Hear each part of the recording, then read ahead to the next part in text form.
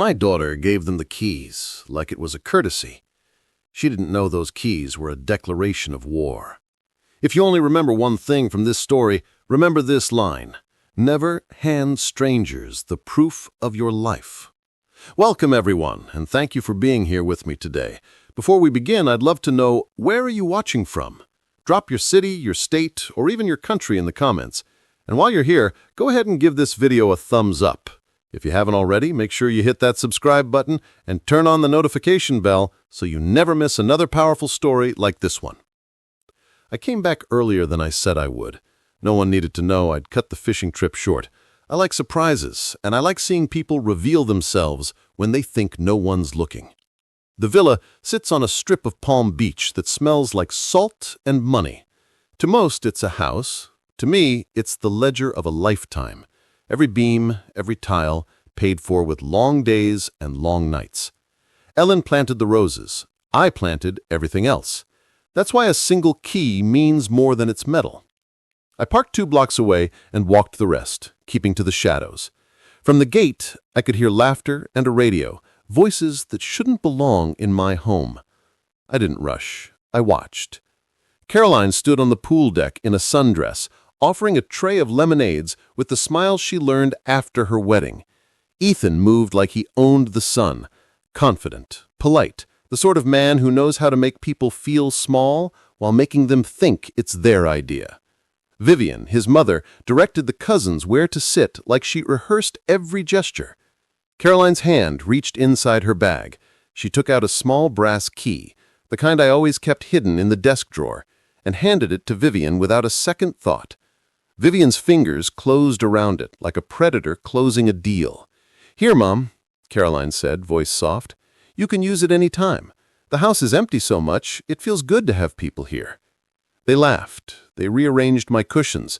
They called the house a perfect spot for their next family dinner. I didn't yell. I didn't shout. I watched my daughter hand over the thing she had no right to give. Inside the house, the study still smelled faintly of Ellen's lavender. Behind the portrait of her, in the mahogany safe, the deed sat where I'd put it years ago. My name, clear as a promise: Walter Briggs. The lines on the paper had the same hand that signed our first mortgage and our last letter. It was the one thing that made the villa mine, legally and in all the ways that mattered. They thought a key was enough. They didn't know about the ink. They didn't know about the signature. They didn't know about the clause I had tucked into the deed, the one I'd made Michael help me draft years ago so that greedy hands couldn't make off with what I built. So I let the afternoon play out like a stage performance. I walked through the rooms while they treated my furniture as if it belonged to a different life. I listened to Vivian joke about picking new curtains. I watched Caroline laugh, and something in that laugh had changed. Not the warmth I remembered, but the nervous edge of someone who's learned to ask permission for everything. When the last guest left and the lawn chairs sat crooked in the fading light, I stayed out of sight. There's a certain advantage to being underestimated. Let people reveal themselves.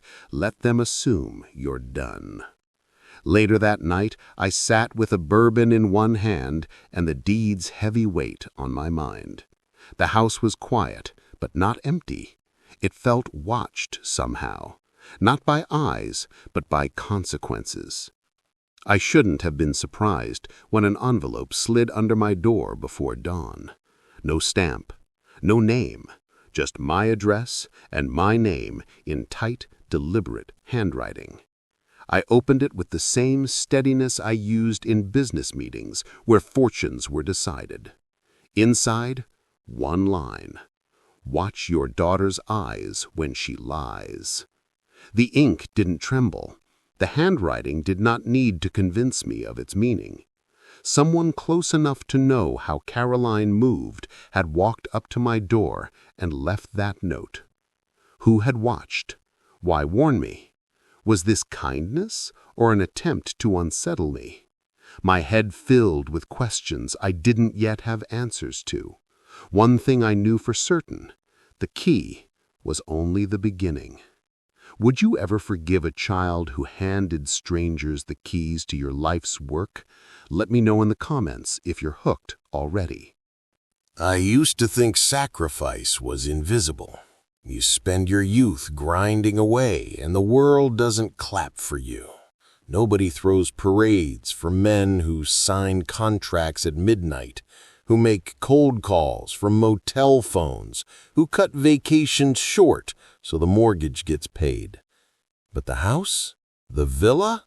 That was the parade, the applause. It was the brick and stone proof that the long nights weren't wasted.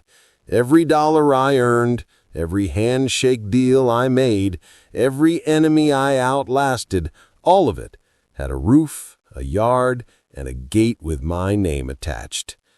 Now I sat in the living room that had once been Ellen's favorite place to read and listened to voices that didn't belong to my blood. Vivian Harper strolled across my rug with a tape measure in one hand and a glass of wine in the other. "Caroline, these curtains are so outdated. If you and Ethan want to host real events here, we'll need to modernize. I know a designer in Miami who does wonders with open spaces." Ethan leaned against the doorway, his smile polished as a courtroom closing argument. "Exactly. The bones are great, but it needs to feel ours." He stressed that last word, savoring it like a man trying on a tailored suit. Caroline laughed lightly, though it sounded forced. "Mom always loved these curtains, Vivian, but maybe a refresh wouldn't hurt." I sat silently in my chair by the fireplace, bourbon glass untouched. No one asked me what I thought. Maybe they forgot I was in the room. Or maybe they thought I'd surrendered, the way old men in stories always do. But I wasn't an old man in their story. I was the one writing it.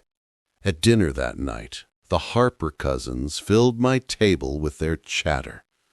Vivian directed the meal like a general, passing dishes, asking Ethan's brothers about work, about their kids, about their vacation plans. Caroline hovered, smiling and pouring drinks, acting like a hostess in a house she didn't own.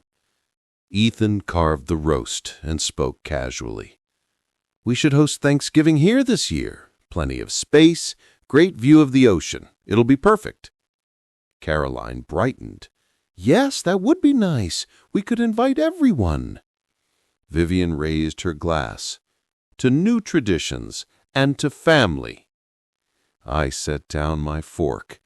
My villa, my table, my legacy, toasted over by people who spoke as though I'd been erased from the deed, erased from Caroline's heart.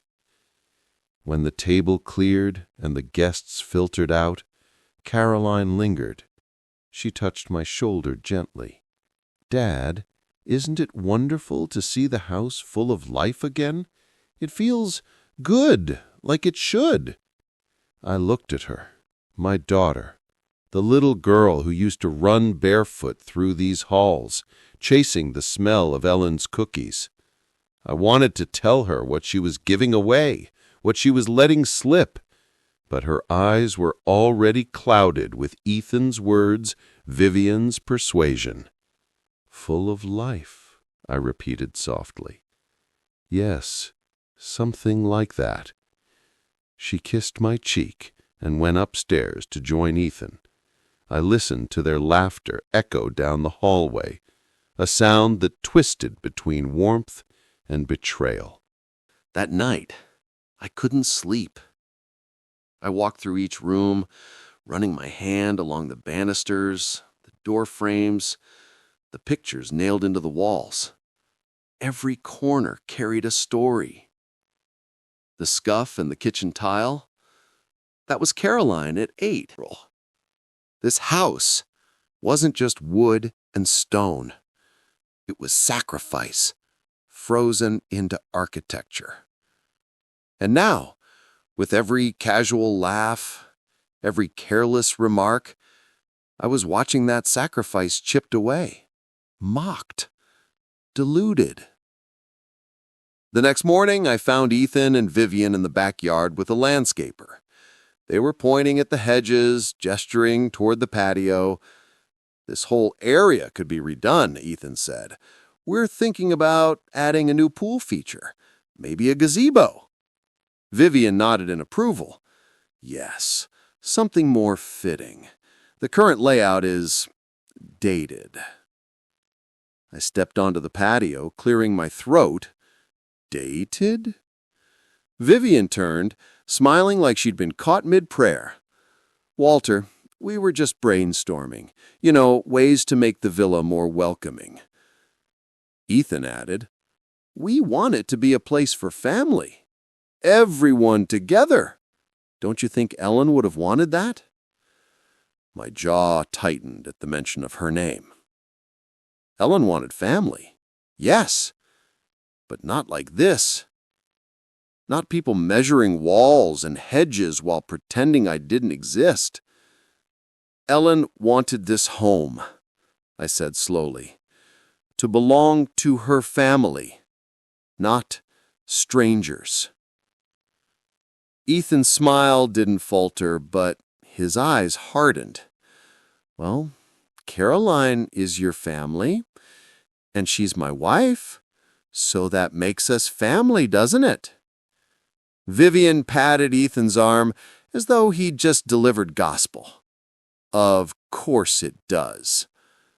I walked back inside without another word, but the fire in my chest burned hotter than it had in years.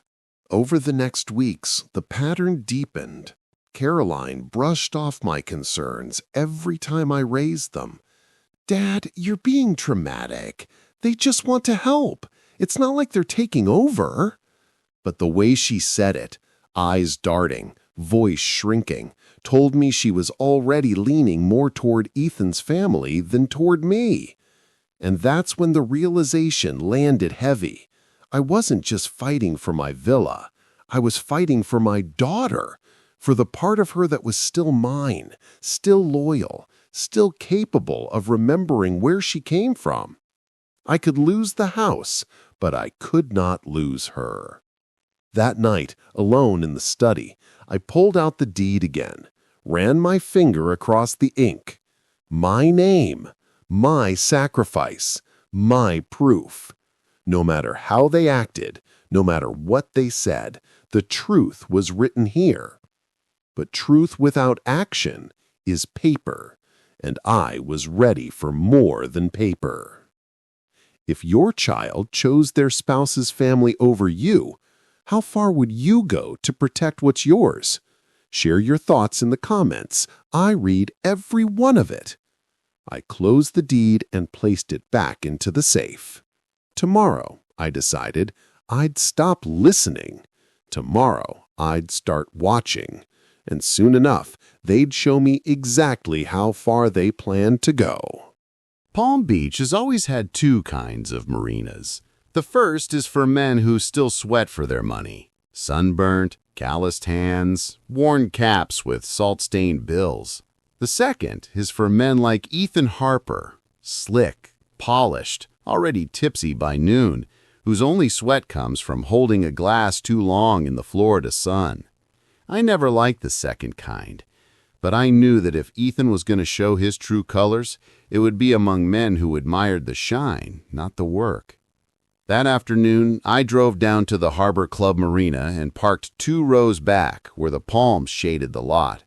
From there, I walked slowly along the dock, blending in with the tourists who stopped to admire the yachts. My eyes followed the sound of Ethan's laugh, loud, confident, echoing across the water like a man who'd never been told no. He was standing with 2 friends beside a 30-foot sport fisher, drink in hand, sunglasses pushed high on his head. Caroline wasn't with him. That mattered. People reveal the truth when the person they're pretending for isn't around. "You should have seen Vivian's face," Ethan was saying, voice booming. "Caroline gave her the villa keys like it was nothing. The old man didn't even blink." One of his friends chuckled. "So, it's done? You're moving in?" Ethan shook his head, grinning. Not yet. He still has the deed in his name, but trust me, now won't last. Caroline's already working on him. The retirement angle always works with men like him. He'll cave once she makes him believe it's for his own good. They laughed together, glasses clinking. My hands tightened on the railing of the dock. Retirement angle. For his own good. They weren't talking about persuasion. They were talking about pressure, about manipulation, about stripping me of my life's work while making me thank them for it. I turned away before they could spot me, each word burning into my chest. That evening, I sat alone in the study, staring at the deed. For years, I thought paper was protection. But now I saw clearly, paper is only protection if the hands holding it are steady. And my daughter's hands were not steady anymore. I poured a bourbon but left it untouched, the amber light catching Ellen's portrait above the fireplace. Her smile had been my compass for decades. What would she say now, seeing Caroline laughing with Vivian, carrying Ethan's lines like gospel? My phone buzzed. Michael Ross. "Walter," he said, his voice calm but clipped. "I've been digging, like you asked. You were right to be suspicious. Ethan Harper has a record. Not criminal convictions, but complaints, lawsuits, settlements. All civil, all buried quick. He's slick enough to avoid jail, but the paper trail shows a man who thrives on using other people's assets for his own gain." I leaned back in my chair, closing my eyes. "And my daughter?" Michael paused. "She's the entry point. He needs her to get to you. That's his pattern. Find the weak spot in the family, charm it, exploit it, then move in." The bourbon glass felt heavy in my hand. "So he thinks Caroline is my weak spot." Michael's tone sharpened. "Don't make the mistake of underestimating him, Walter. This isn't just about money. Men like Ethan play for control. He wants to erase you, make you irrelevant." I opened my eyes and looked around the study. The books Ellen chose, the framed certificates from decades ago, the rug that had outlasted 3 remodels. Irrelevant? Not while I still breathed. "Thank you, Michael. Keep digging. Quietly. Always." The next morning, I watched Caroline through the kitchen doorway. She moved gently, as though balancing 2 lives in her hands. She tried to sound casual when she said, "Dad, Ethan thinks it might be good to talk about the future of the villa. You know, just in case you ever want to slow down. It could give you peace of mind." I didn't answer right away. I studied her face, the small hesitations, the way her eyes flicked away when she said, "peace of mind." That was Ethan's phrase, not hers. "Peace of mind," I repeated softly. "For who, Caroline? Me or him?" She flinched, but covered it with a smile. "For all of us. For family." Family. That word had been twisted until it no longer resembled what Ellen had taught us. Family wasn't exploitation. Family wasn't manipulation. Family wasn't handing away keys that weren't yours to give. I set my coffee cup down gently. "We'll talk about it later." Her shoulders relaxed, as though she'd won a small victory. She kissed my cheek and left to meet Ethan at the club. I stayed at the table, staring at the steam rising from my coffee, knowing I'd just confirmed one thing. She was already carrying his words into my home. That night, I walked the length of the villa again, each room whispering Ellen's memory. I thought about Ethan's laughter at the marina, about Caroline's rehearsed lines, about Vivian's quiet dominance. They thought I was fading. They thought they could corner me with retirement talk, wear me down with false concern, manipulate me with Caroline's smile. But they didn't know me. I had built this villa with my bare hands, my late nights, my sacrifices. I had buried a wife who still haunted the walls. And I had a friend, a judge, who knew every legal crack Ethan Harper had tried to paper over. I wasn't helpless. I wasn't finished. I was only getting started. Should I confront my daughter now, or let her dig herself deeper into my trap? Comment below, like and share if you're following every twist. As I locked the study that night, the phone rang again. Michael's voice came low, urgent. "Walter, I found something in the county records office. Ethan's already filed documents with your name on them. We need to talk tomorrow." Some betrayals come with slammed doors and angry shouts. Others come softly, wrapped in smiles and gentle voices. Ethan and Vivian preferred the second kind. It started with Caroline inviting me to dinner at their place. I thought it would be just the two of us, father and daughter. But when I arrived, Ethan was already pouring wine, and Vivian sat at the head of the table like she owned it. The smell of roasted chicken filled the room, but I couldn't taste a thing. I knew what this was before they even began. Vivian folded her hands, her eyes soft but calculating. "Walter," she said, "we've all been worried. Managing a villa of that size, it's a lot, especially at your age. We only want what's best for you." Ethan chimed in, his tone rehearsed. "We think it's time to talk about the future, about simplifying things.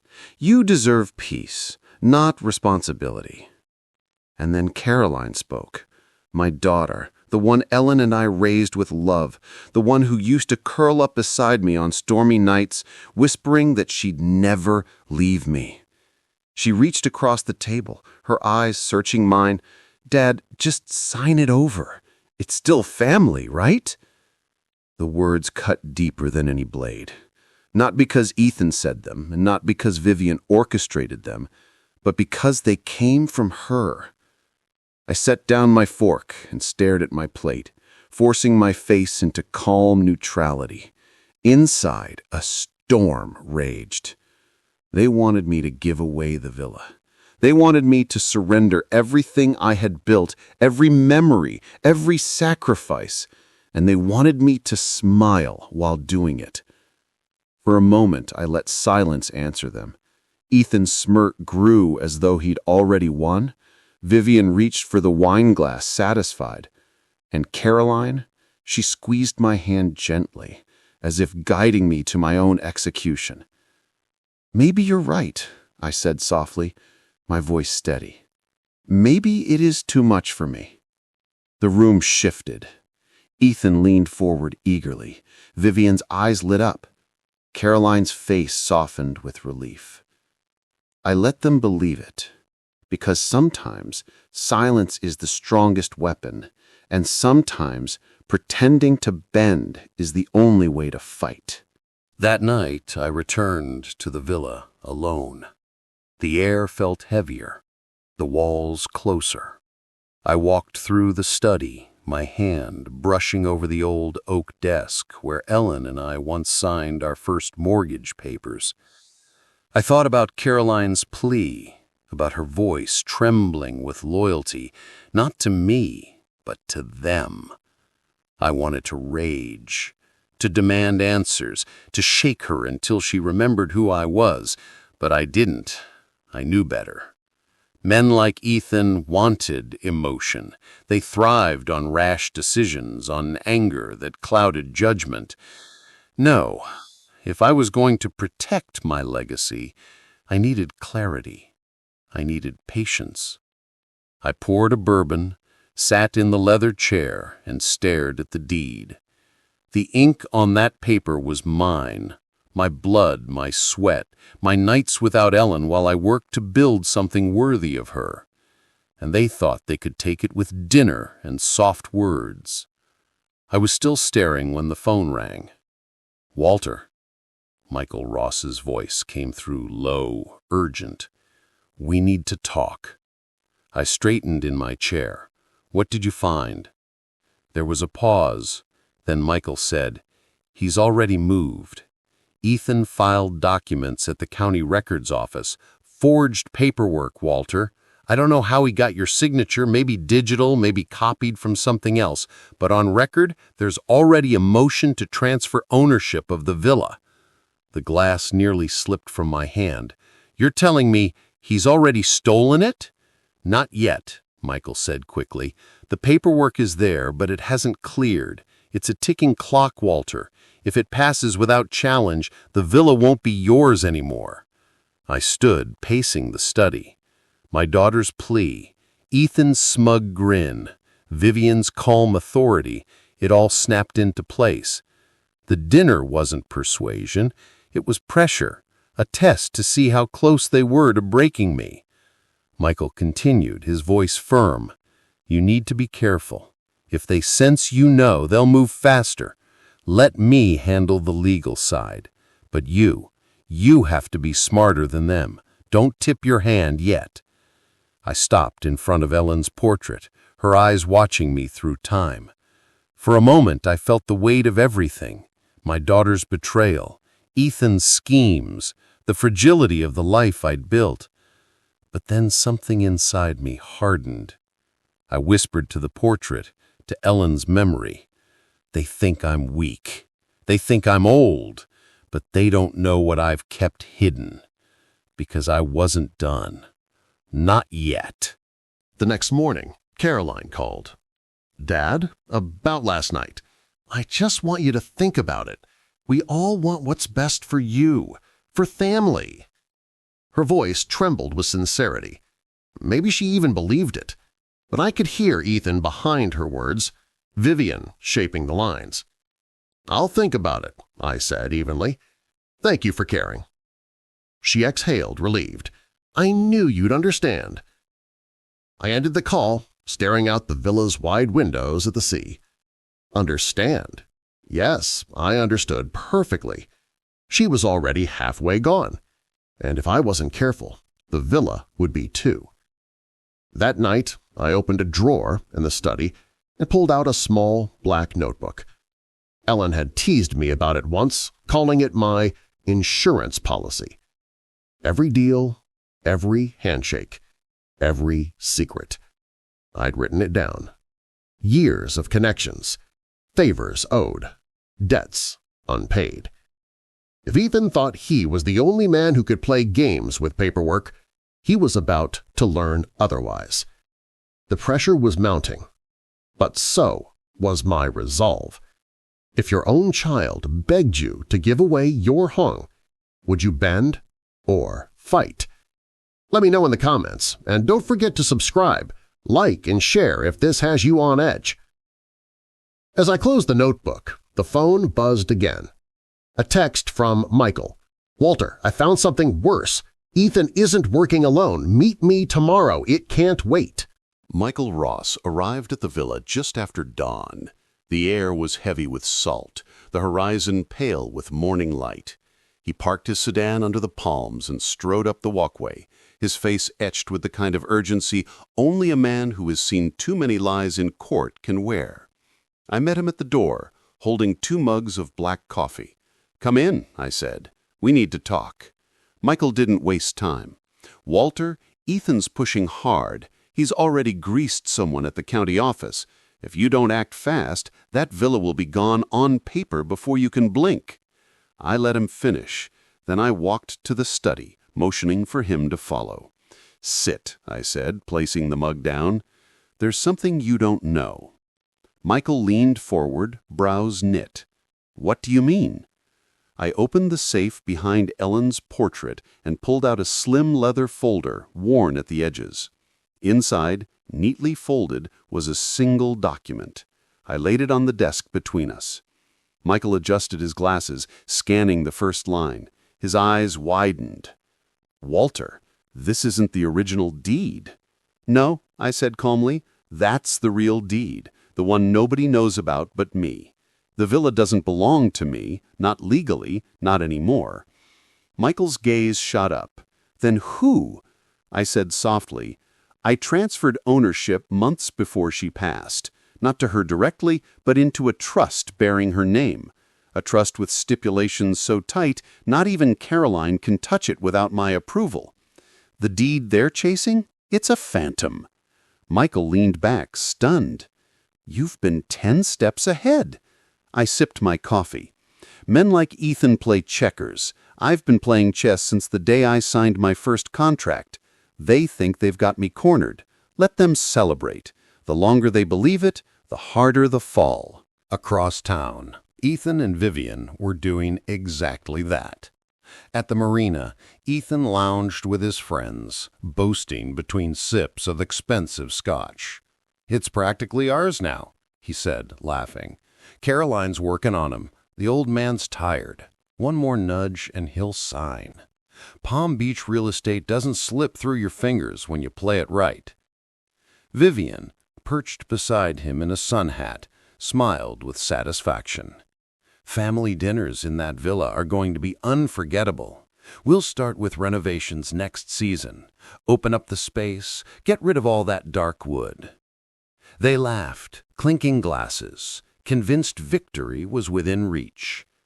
Caroline stood nearby, clutching her phone, her smile thin. She wanted to believe Ethan. She wanted to believe this was about family, about security, about her father's peace. But something in Ethan's tone, the arrogance, the certainty, made her uneasy. When she asked, "Are you sure Dad's really okay with this?" Ethan kissed her forehead and replied smoothly, "Of course, darling. He's too proud to admit it, but deep down, he knows it's time." Caroline nodded, but her eyes flickered with doubt. Back at the villa, Michael set the deed back in its folder. "So, you've safeguarded the villa, but why keep it secret from Caroline? Doesn't she deserve to know?" I stared out the window, the sea stretching wide and endless. Caroline made her choice. She chose Ethan, and by extension, Vivian. If she knew about the trust, she'd tell them, whether she meant to or not. Protecting the villa means keeping her in the dark, even if it costs me her trust. Michael's expression softened. "That's a heavy burden." "Legacy always is," I murmured. I closed the safe with a decisive click. Now comes the fun part. We let them believe they're winning. We let them think the ink is almost dry. And when the time is right, we pull the rug out. Michael smirked. "You always did enjoy a good checkmate." The following week, I set the bait. At dinner with Caroline, I acted tired, distracted. I let my hands tremble slightly as I poured the wine. She watched me closely. "Dad, are you okay?" I gave her a weary smile. "I've been thinking. Maybe you're right. Maybe the villa is too much for me." Her eyes brightened instantly. "Dad, if you'd just let Ethan help." I raised a hand, cutting her off gently. "I'll think about it. I haven't decided, but maybe it's time." Her relief was palpable. She hugged me tightly, whispering, "You won't regret it." But as she pulled away, I saw it, a flicker of guilt in her eyes. She knew she was asking too much. She knew she was betraying something deeper than ownership. And yet she clung to Ethan's vision, hoping love would excuse everything. Later that night, I stood in the study with the real deed in my hands. My late wife's name on that paper was more than a safeguard. It was a shield, a reminder that this villa was not just a property. It was Ellen's legacy, mine, and everything we'd built together. Ethan and Vivian thought they were circling an easy prize, but what they didn't realize was that every move they made was tightening the trap I had laid. For now, I would let them dream, because nothing is sweeter than watching thieves celebrate while their pockets are empty. Would you keep a secret deed hidden from your own child if it meant protecting your legacy? Drop your answer below. As I replaced the deed in the safe, my phone buzzed with a new message. It wasn't from Michael this time. It was from an unknown number. The text read, "Nice trick with the trust, but you're not the only one with secrets." The villa had always been Ellen's stage for family gatherings, holidays, birthdays, anniversaries. She filled its rooms with warmth. Tonight, though, it felt different. Tonight, my daughter's husband was hosting a performance of his own. Ethan insisted on a dinner to celebrate family unity. Vivian arrived early, rearranging my silverware like she was preparing her own dining room. Cousins, in-laws, and friends of Ethan trickled in, filling my home with voices that no longer felt familiar. Caroline, radiant as ever, moved between the guests, her laughter carrying, though it lacked conviction. I sat at the head of the table, not because they offered, but because I refused to move. My chair, my place, my house. Let Ethan host all he wanted. The bones of this villain knew who they belonged to. The food was lavish. Steaks, salmon, wines older than Ethan. Toasts were made, laughter spread, and for most of the evening, I let them believe I was retreating into quiet compliance. Then Ethan made his mistake. It happened as the wine loosened his tongue. With his arm draped around Caroline, he leaned toward a cousin and chuckled. "Once the deed is ours," he said, his voice carrying farther than he realized. "Vivian will decide what to do with the place. Maybe tear down that dark old study, open it up into something modern. It'll finally feel like it belongs to us." The words struck like a hammer in the silence that followed. Caroline froze, her smile faltering. Her wineglass trembled in her hand. Vivian shot Ethan a sharp look, but the damage was done. Guests shifted uncomfortably, pretending they hadn't heard, but I watched my daughter's face closely. Her eyes widened, her lips parted, and in that instant, she understood she wasn't being included, she was being used. The celebration pressed on, but Caroline's laughter never returned. She excused herself midway through dessert, retreating toward the veranda. I followed, quiet as shadow. She leaned against the railing, staring at the ocean. Her shoulders rose and fell in uneven breaths. "Caroline," I said softly. She startled, wiping at her cheek. "Dad, I didn't know you were there." "I was always here," I replied, "even when you forgot." Her eyes filled, but pride kept her from crying. "He didn't mean it like that. Ethan didn't mean it?" I cut her off, my voice low but firm. "Caroline, he meant every word. He's been meaning it for months."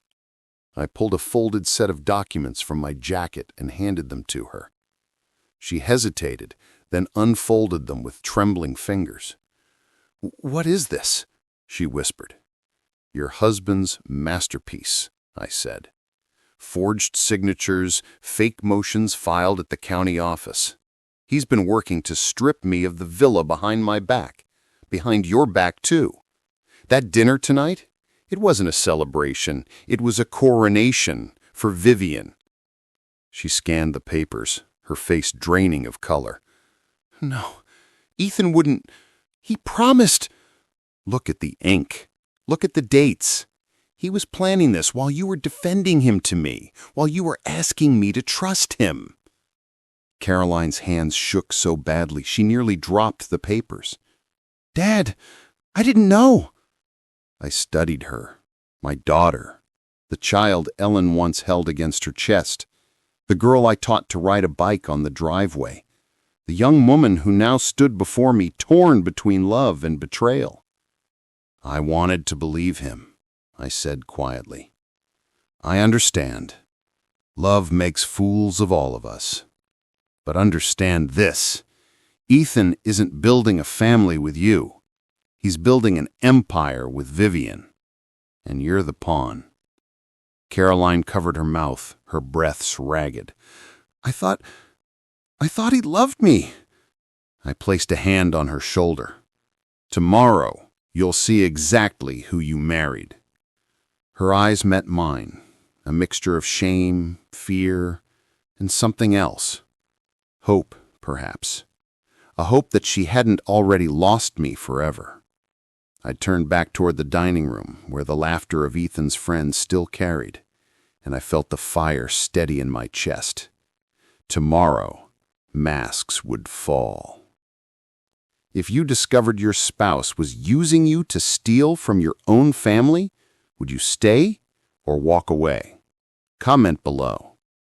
As Caroline folded the forged documents back into trembling hands, Ethan appeared in the doorway, his smile fading when he saw us together. His eyes darted to the papers, then to me. The game was about to change. The courtroom in Palm Beach was quiet, the kind of quiet that carried more weight than shouting ever could. Every seat was filled, neighbors whispering, lawyers shuffling papers, reporters scribbling. But at the center of it all sat Walter, calm, steady, and unreadable. For weeks, Ethan and Vivian had strutted around as if the villa already belonged to them. They had bragged, schemed, even celebrated, confident that Walter was too old and too naive to stop them. But now, the tables were about to turn. The judge called the case. Ethan straightened his tie, Vivian smiled smugly, and Caroline shifted uncomfortably in her seat. I didn't move. I simply handed a folder to Michael Ross, his trusted friend and attorney, and waited. Michael rose with the authority of a man who'd once held the gavel himself. "Your Honor," he said, "before the court considers the petition filed by Mr. Ethan Whitfield and Mrs. Vivian Whitfield, I'd like to introduce critical evidence." Gasps rose as Michael placed the trust documents on the bench. He explained how Walter had legally transferred the villa into a trust under his late wife's name months earlier. The signatures, the dates, the notarization, all flawless, all airtight. Ethan's smile faltered. Vivian leaned forward, her nails digging into the wooden table. And then came the hammer blow. Michael turned to the forged papers Ethan had filed at the county office. With quiet precision, he exposed every inconsistency, the mismatched signatures, the altered dates, the false witnesses. The courtroom murmured like a rising storm. Reporters scribbled furiously. Vivian's composure cracked, her face tightening as whispers of fraud rippled across the benches. Walter never once looked at Ethan. He kept his gaze on Caroline, not angry, not triumphant, just steady, like a father who had seen this day coming all along. The judge's gavel came down. Ethan's petition was dismissed with prejudice. Vivian's reputation, once polished and untouchable, lay shattered in the open. And Ethan faced the very real prospect of criminal charges for forgery. Caroline broke down outside the courthouse. "Dad, I didn't know. I swear, I didn't know." I placed a hand on her shoulder. "You wanted to believe him," I said softly. "And that's the part that hurt the most." She cried harder, clinging to him, realizing too late that her father hadn't been fighting for himself.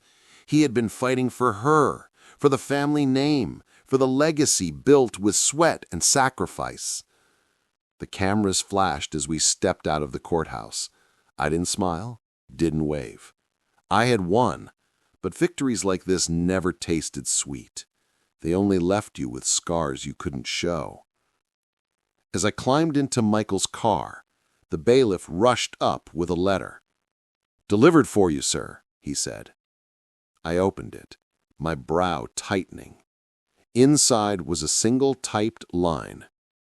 "Ethan wasn't working alone.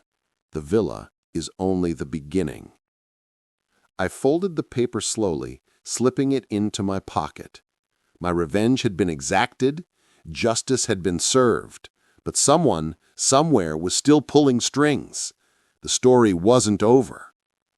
Sometimes betrayal doesn't come from enemies, but from within your own home.